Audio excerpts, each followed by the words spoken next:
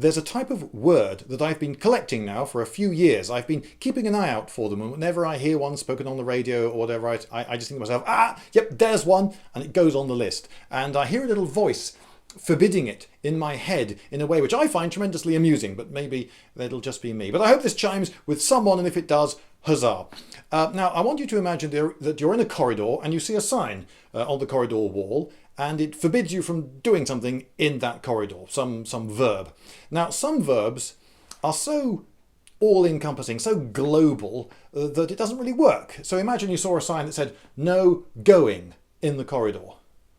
Going is such a huge verb. It encompasses just about all forms of movement.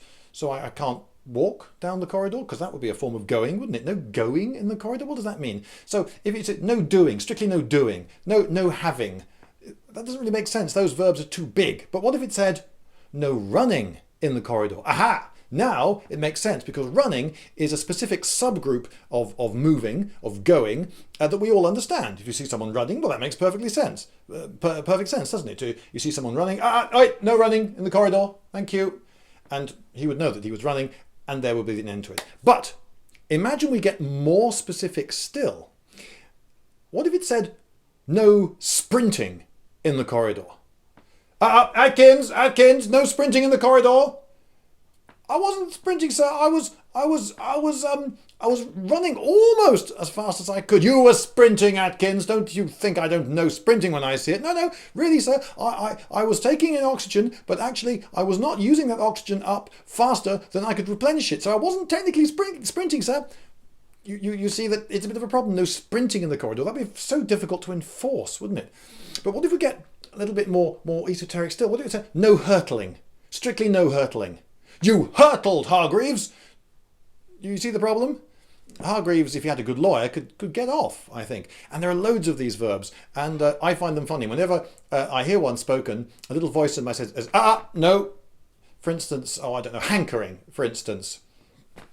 What was that, Hargreaves? Were you hankering? No, sir, it wasn't. I wasn't hankering. It was a. Weren't you? Well, it looked like hankering to me. No, sir. It was a sort of it was like a wistful yearning, sir. Wistful yearning, Hargreaves. Do you take me for a fool? I haven't been doing this job for so long that I don't know hankering when I see it. And if there's one thing I can't stand, it's a hankerer. Sorry, sir.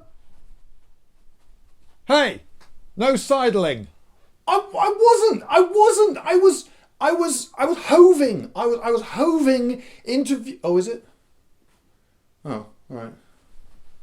There will be no burgeoning on my ship.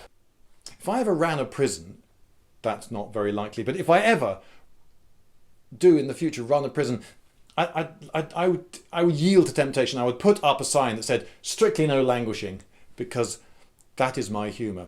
Oi! Oi, you! Yes. What does it say on the sign? What does it say on the sign? That's right. Strictly no demystifying. I saw you. Yes, you. Go on, clear off. Got another one for you here, Mr. Woozle. Yes, I caught him encapsulating. How dare you culminate in front of my wife? Right, sorry, old fellow. I didn't realise it was her turn. Are you purporting? We'll have no spearheading, thank you. They're teetering! I saw them, they were definitely teetering. You said we weren't to do anything. They're teetering! Look, they're doing it now! How dare you cajole? Sorry, sir, no perusing.